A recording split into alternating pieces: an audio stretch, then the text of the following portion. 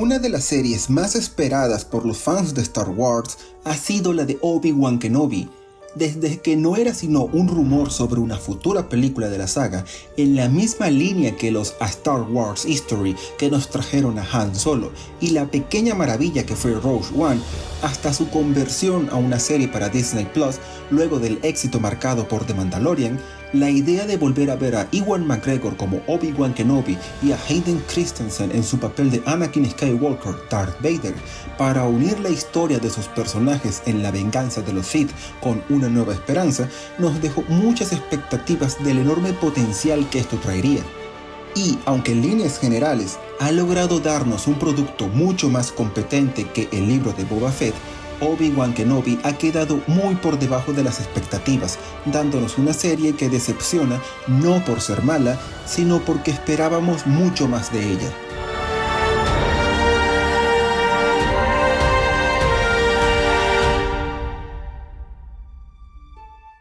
Diez años después de los sucesos de la venganza de los Sith, donde la caída de la República, la Orden Jedi y de su aprendiz Anakin Skywalker, ahora convertido en Darth Vader, le hiciera perderlo todo, el antiguo maestro Jedi Obi-Wan Kenobi ahora vive aislado en el desértico planeta de Tatooine, sin esperanzas en un futuro que parece dominado por la larga sombra del Imperio Galáctico, centrándose en cumplir su última tarea como Jedi: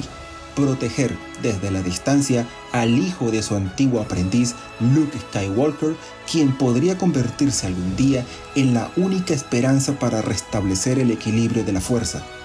Pero un día, la llamada de ayuda de su antiguo amigo Bail Organa, a quien le acaban de secuestrar a su hija Leia, le obliga a regresar a la acción y a enfrentar los traumas de su pasado.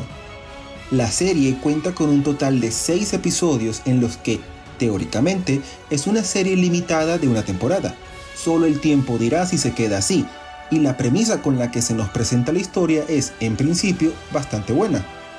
Por un lado, se nos presenta a Obi-Wan Kenobi, un hombre que vive traumatizado por los sucesos de la venganza de los Sith, por cómo lo perdió todo y la enorme culpa que siente por lo que sucedió con Anakin Skywalker, ya que se responsabiliza por su caída al lado oscuro y los crímenes y muertes que ocasionó, viendo cómo se encierra en sus traumas y se aísla del mundo, siendo la serie la historia de cómo este personaje, interpretado de nuevo por Ewan McGregor, supera poco a poco este trauma, recupera la fe y su conexión con la fuerza para convertirse en el sabio maestro Jedi que iniciará a Luke en los caminos de la fuerza en el episodio 4, que sucede aproximadamente 10 años después de esta serie.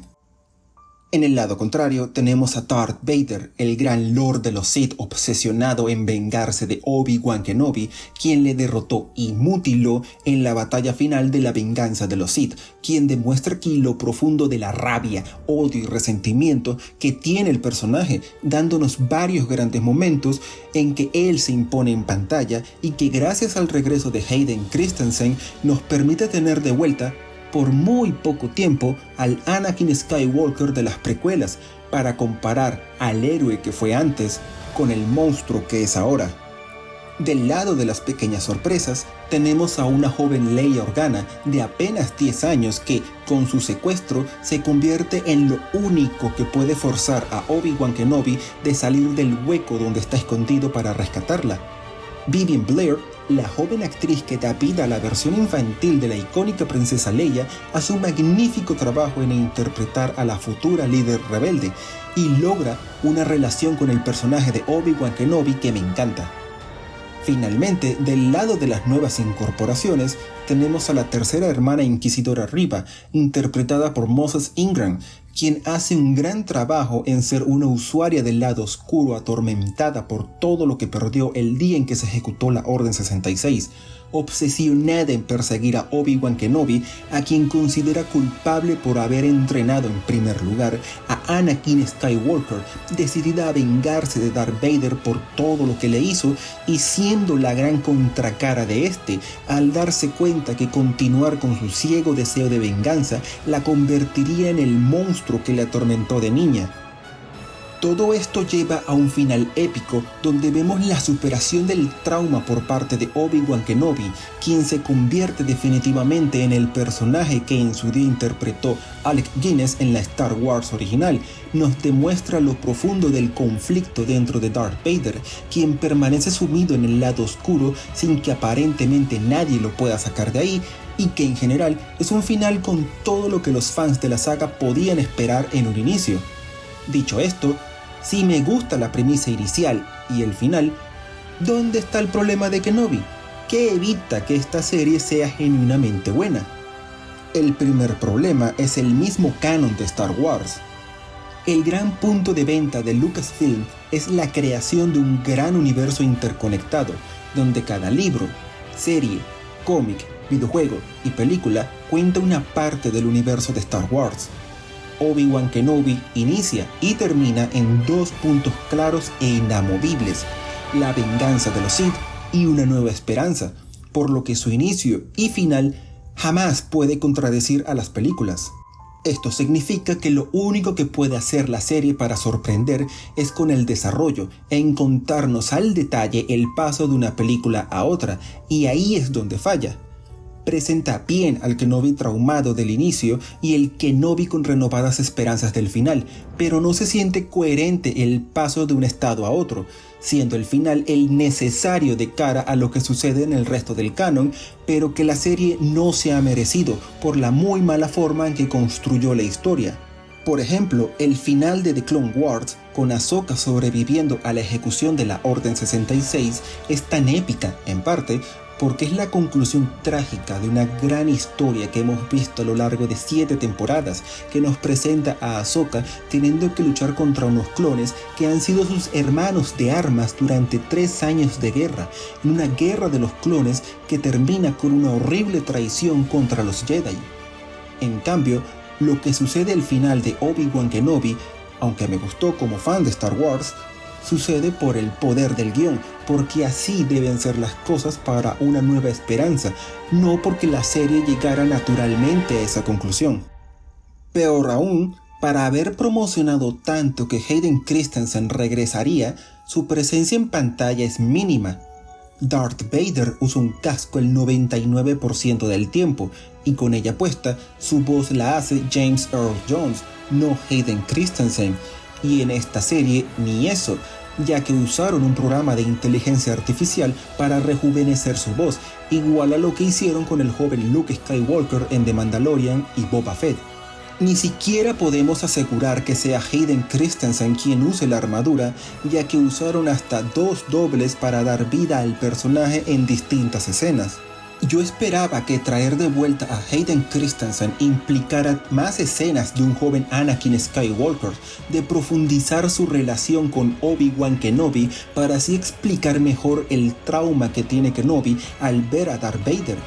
Pero al final esto apenas se limita a un solo flashback y poco más, sintiéndose como un enorme desperdicio tener de vuelta a Hayden Christensen para que casi no muestre su cara. Para empeorar aún más esto, se siente que Vader tiene poca presencia en la serie, ya que mucho del antagonismo que vemos es entre Reva y Kenobi. Y aunque me agrada Reva y condeno a los idiotas que atacaron a Moses Ingram por su color de piel,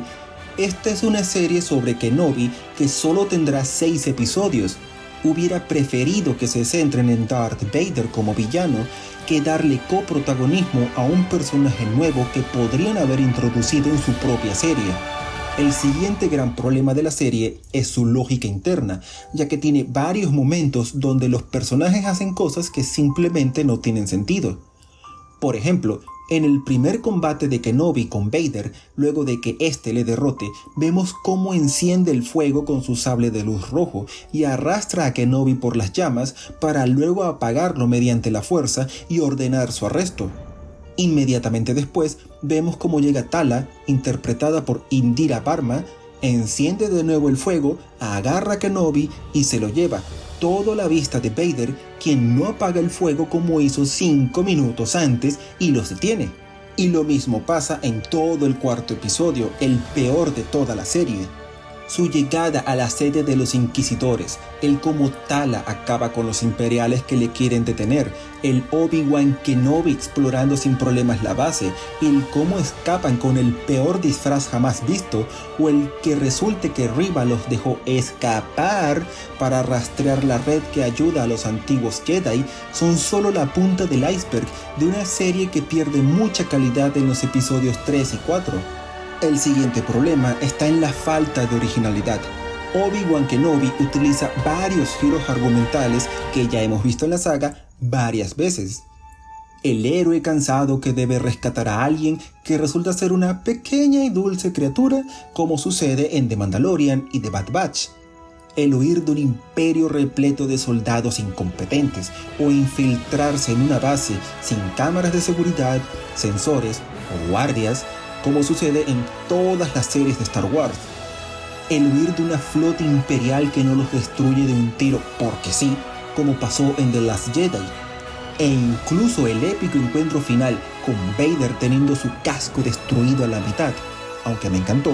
es similar al duelo final que tuvo con Ahsoka en Star Wars Rebels. Todo esto en una serie que, recordemos, su inicio y final están bajo la dictadura de la venganza de los Sith y una nueva esperanza. El único espacio para algo de originalidad es el medio, y este está tan repleto de tantos clichés ya vistos en la saga y mejor ejecutados en otros casos, que solo hacen notar las costuras a un guión que, incluso en sus buenos capítulos, los dos primeros y el final, ya pecan de no arriesgar en nada. Esto todavía podría salvarse con la dirección, pero ahí entramos en el cuarto problema de Obi-Wan Kenobi.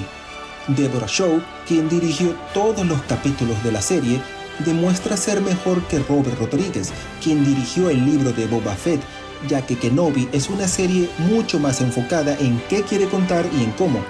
Pero ser mejor que el libro de Boba Fett no es igual a bueno, ya que Obi-Wan Kenobi tiene una mala fascinación por filmar con cámara en mano, lo que nos da combates donde es difícil disfrutar de la acción, algo que es especialmente frustrante en el primer duelo de Kenobi con Vader, donde no ayuda en nada la mala iluminación y la coreografía, dos problemas que se repiten varias veces a partir del episodio 3. Llegados a este punto, lo que podría rescatarse es al menos la banda sonora, terreno donde hasta el libro de Boba Fett nos dejó un buen tema musical, pero incluso aquí la serie decepciona. Y esto no pasa porque desprecie el deseo de las nuevas producciones de Star Wars de ir más lejos que solo reutilizar el trabajo de John Williams en las películas, ya que se aprecia que quieran tener nuevas bandas sonoras y con que cumpla su trabajo, ambientar la escena de turno y poco más, me conformo. El problema es que en una serie donde está Leia Organa, Darth Vader y Obi-Wan Kenobi, y cada uno posee un tema icónico en las películas, la serie se niega a usarlos casi hasta el final, dejándonos con una banda sonora que peca de genérica. No es sino en el último episodio donde la banda sonora por fin recuerda que esto es Star Wars, dándonos la marcha imperial, el tema de la fuerza o una canción que parece inspirada en el Battle of the Heroes de la venganza de los Sith. Aprecio que quieran tener nuevas bandas sonoras, pero esto no debería aplicar a personajes clásicos de Star Wars que ya tienen canciones muy asociadas a ellos. Lo más triste viene de la mano del tema principal de Obi-Wan Kenobi, compuesto por el mismo John Williams. La canción completa, comparado al resto de la banda sonora de la serie,